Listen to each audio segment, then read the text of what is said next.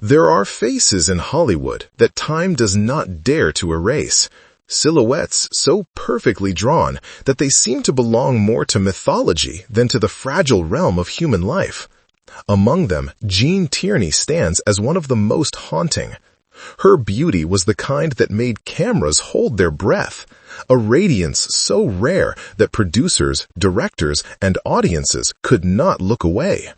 Yet behind that luminous surface lived a woman who understood, more deeply than most, the heavy cost of perfection.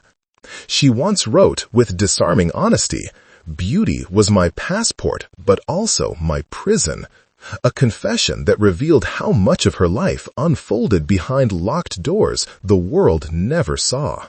Her ascent seemed effortless. A young woman shaped by elegance, discipline, and her mother's unyielding expectations, stepping into Hollywood as if she had always belonged to its golden light.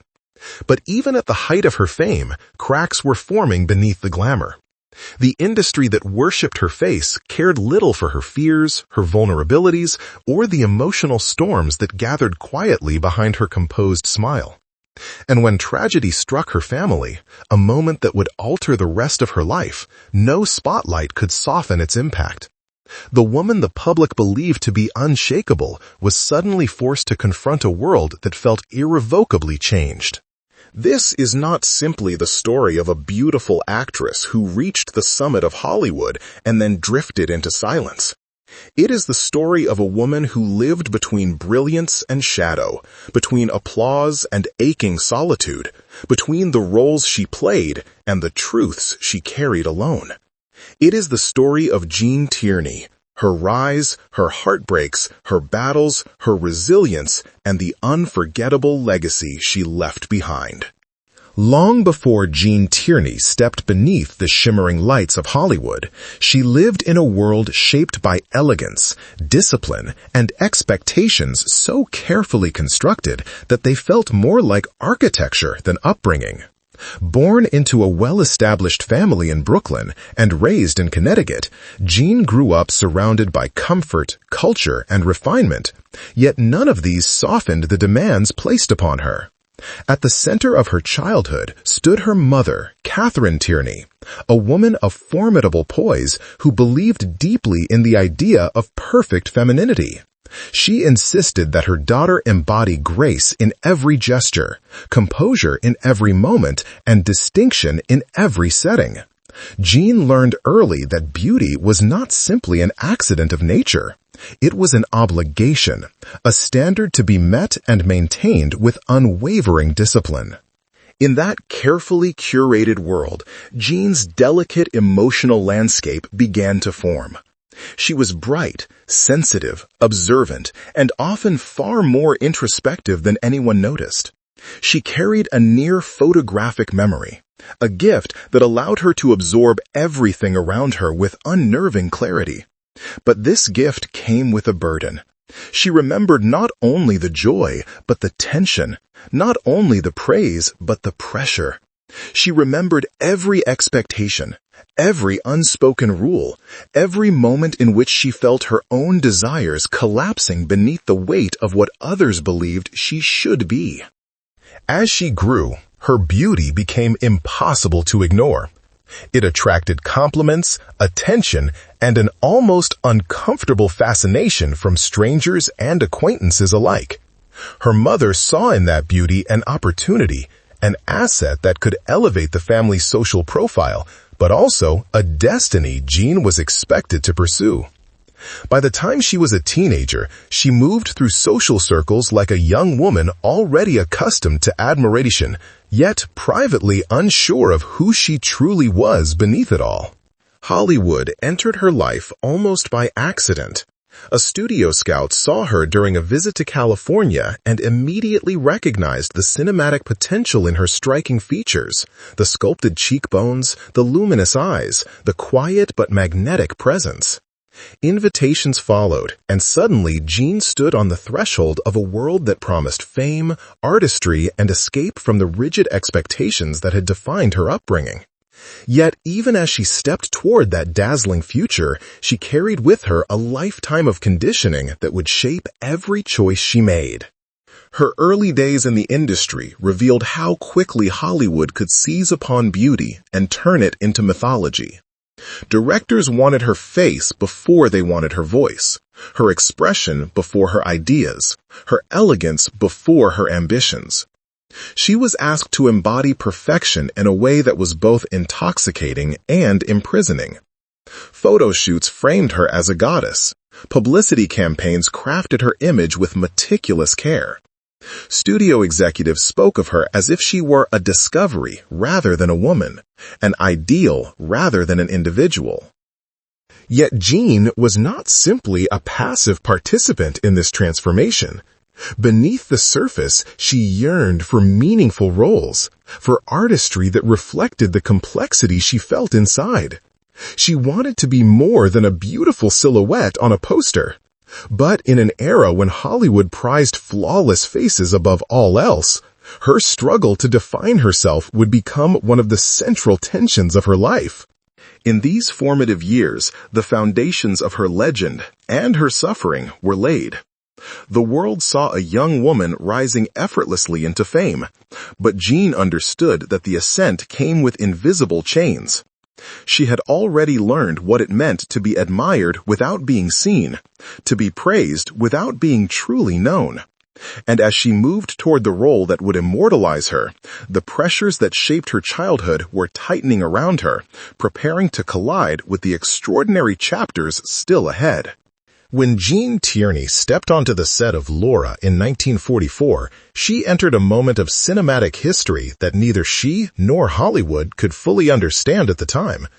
The film was intended to be a stylish noir, elegant and mysterious, woven from shadows and whispered secrets.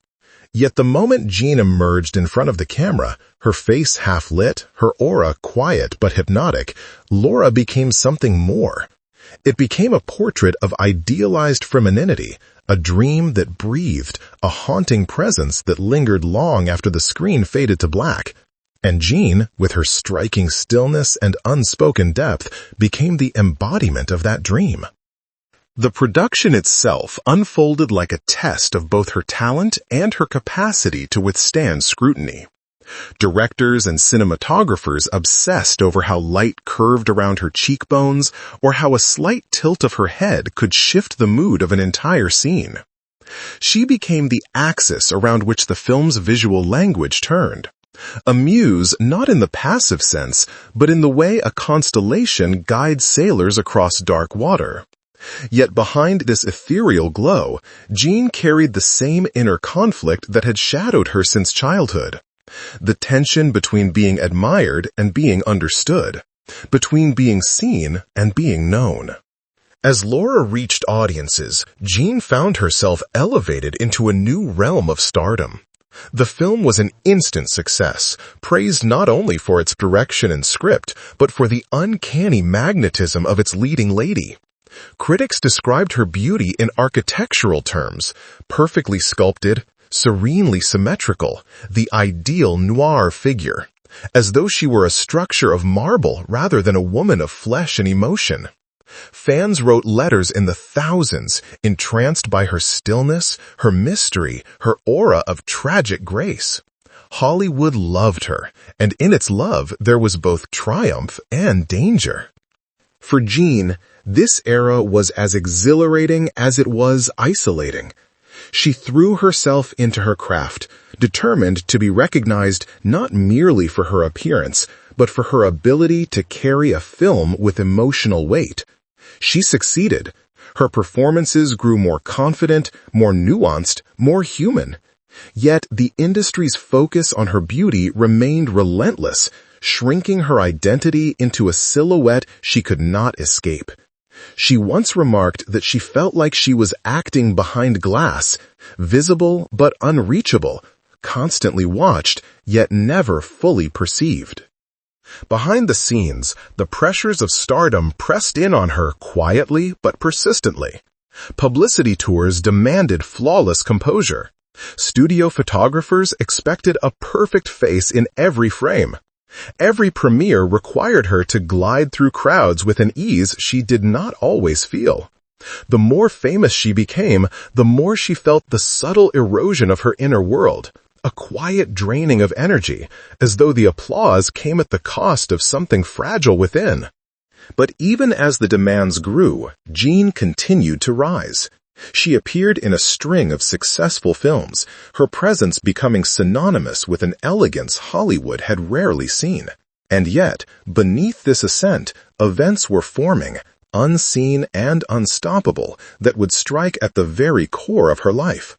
While the world celebrated her as a flawless icon of beauty, Gene was moving closer to a chapter defined not by glamour, but by devastation.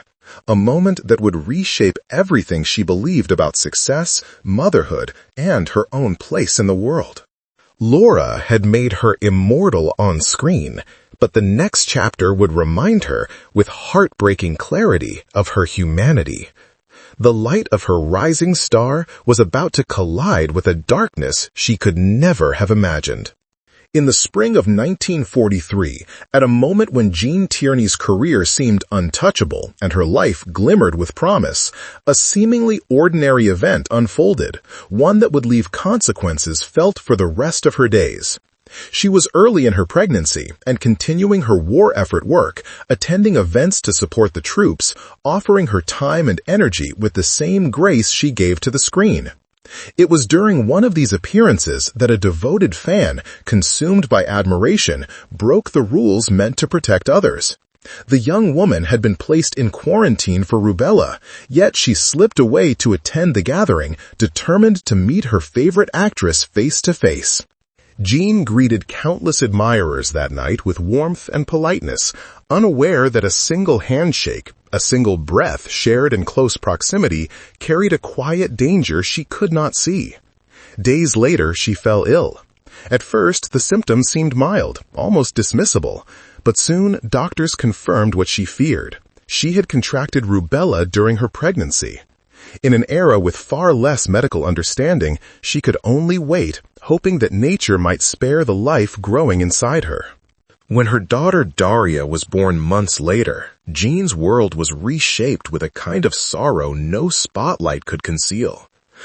Daria came into the world with severe challenges: partial blindness, partial deafness, and developmental disabilities that would require lifelong care. Gene loved her child with a tenderness only a mother can carry, but the weight of the diagnosis struck her core. She wrote later that the moment she understood the truth felt like an emotional earthquake, the kind that leaves permanent fissures beneath the surface. The tragedy did not remain contained within the walls of her home. It seeped into every part of her life, her marriage, her career, her sense of identity. She wrestled with guilt that had no rightful place in her heart, yet it settled there stubbornly. She questioned the choices she had made, the demands of the studio system, and even the very nature of celebrity. The world continued to see her as a vision of perfection, yet inside she had stepped into a terrain of sorrow and uncertainty that altered her understanding of herself. Her emotional state began to fray under the weight of responsibilities and expectations. She tried to return to work, attempting to hold together the facade of composure Hollywood demanded, but the strain was immense. Public appearances became exhausting. Press tours felt hollow. Every glamorous photograph seemed to pull her farther from the life she was struggling to hold together. Behind the scenes, those close to her began to notice moments when her strength faltered, when the sadness pressed too hard, when she seemed to vanish into herself despite her efforts to stay present. Eventually, the internal pressure reached a point where Gene could no longer navigate her emotional turmoil alone. Doctors recommended she seek more comprehensive care, and she entered mental health facilities not once, but multiple times to ensure her safety and recovery. Treatments during that era were harsh and often misunderstood, yet she endured them with the quiet dignity she carried throughout her life. She would later speak publicly about some of these experiences, describing them with remarkable honesty, a step that would cost her dearly in an industry that punished vulnerability. The rubella tragedy did more than alter Gene's life. It reshaped her soul. It brought her to the edge of emotional collapse, but it also revealed a depth of resilience few ever recognized. Even as the world continued to celebrate her beauty, Gene began to understand that her true strength lay not in the perfection others saw, but in the courage it took to live through heartbreak and continue forward.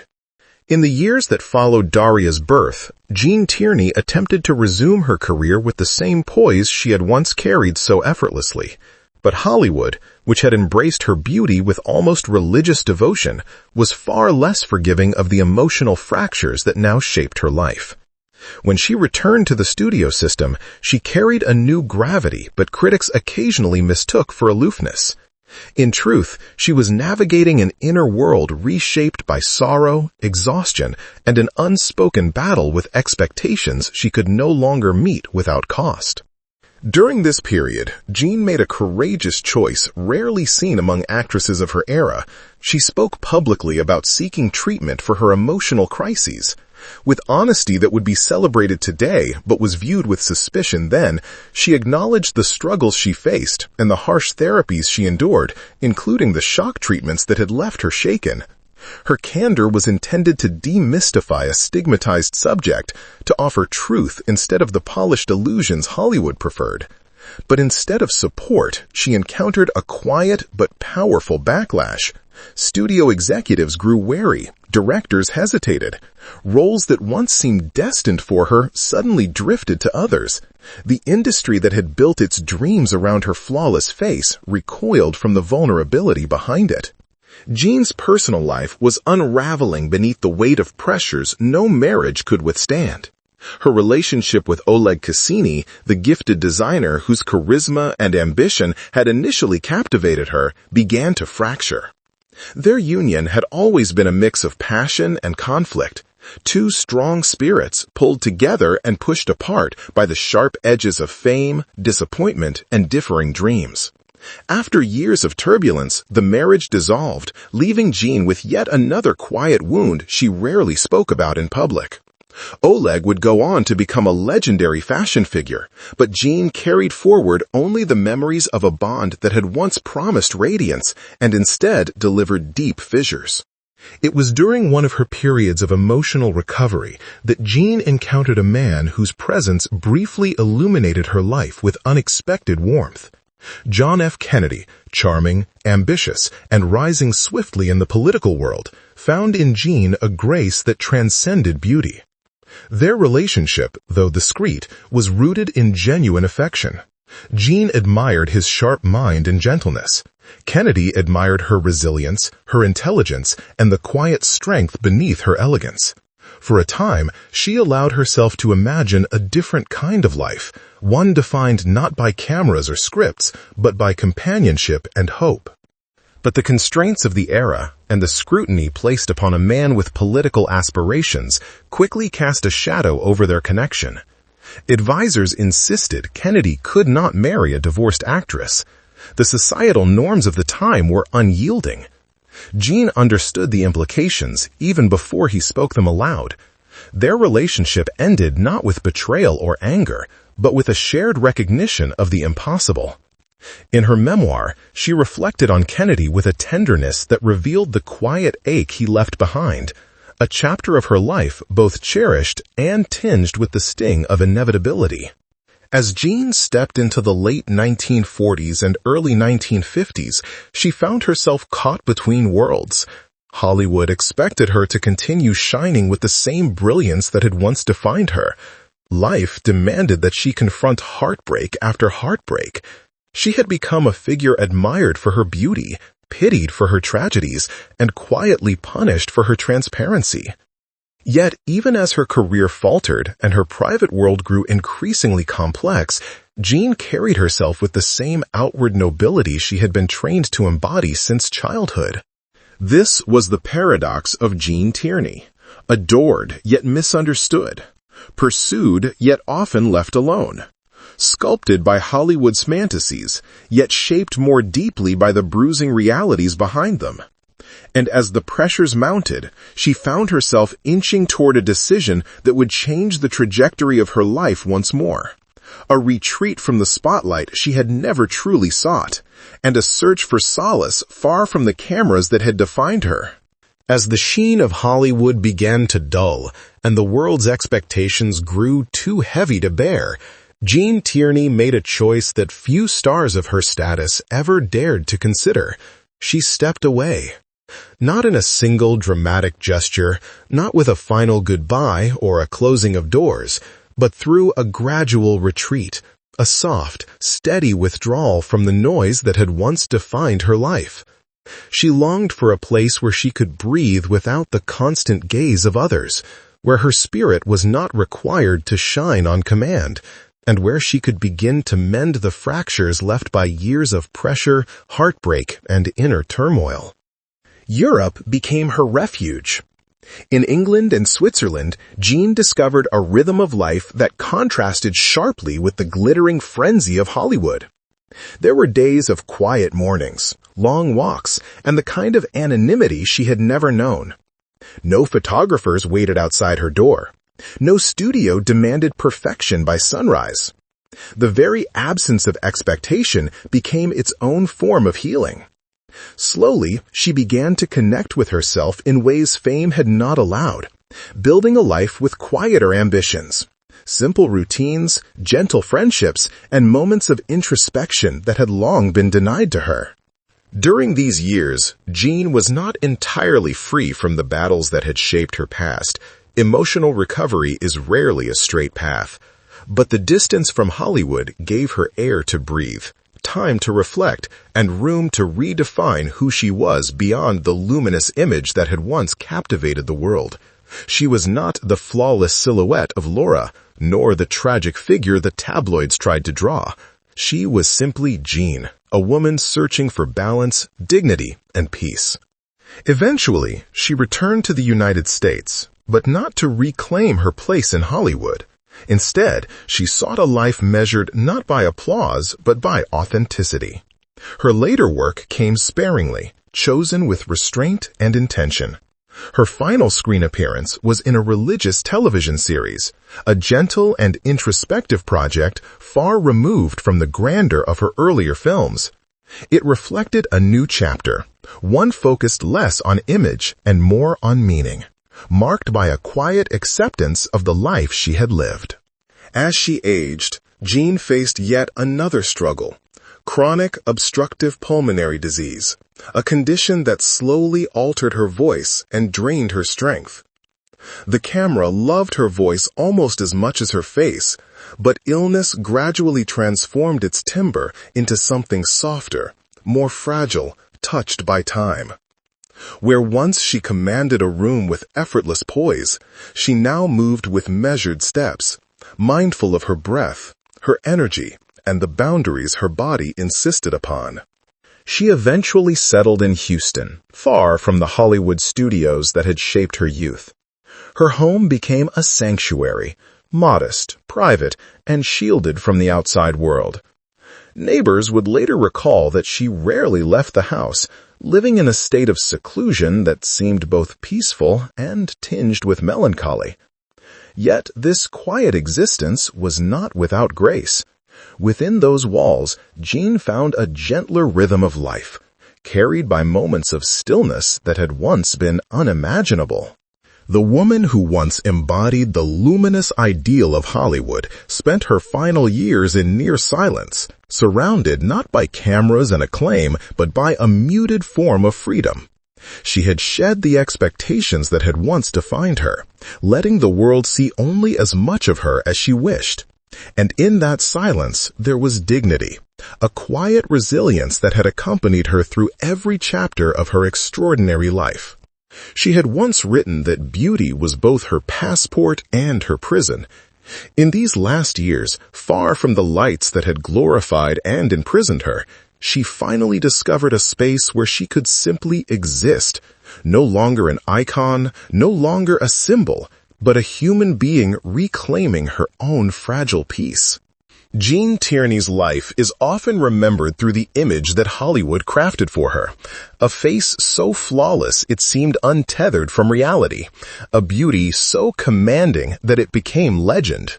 But the true measure of her legacy lies not in the perfection projected onto screens or the iconography immortalized in film posters. It lies in the woman who lived behind that image, navigating a world that both exalted and wounded her, a world that adored her brilliance but faltered when confronted with her humanity. She rose to fame in an era that demanded silence from women who carried pain, yet she dared to speak. She endured tragedies that would reshape any life, yet she continued forward with a quiet resilience that rarely found its way into headlines. She faced misunderstanding, stigma, and abandonment from an industry that had once worshipped her, yet she never surrendered her dignity. And in her final years, far from the applause, the flashbulbs, and the relentless demands of fame, she discovered a fragile but profound sense of peace. Her story is not simply a cautionary tale of Hollywood's cruelty, nor is it merely a narrative of beauty shadowed by suffering. It is the journey of a woman who lived with depth, vulnerability, and extraordinary strength. A woman who loved fiercely, endured bravely, and sought meaning beyond the illusions of glamour. A woman whose brilliance was not confined to the frame of a film, but radiated through every chapter of her life, even the darkest ones. Gene Tierney once wrote, "Beauty was my passport, but also my prison." Yet in the end, she transcended both. What remains is not the prison, nor the chains of expectations, but the light she carried within her, the light that time cannot erase.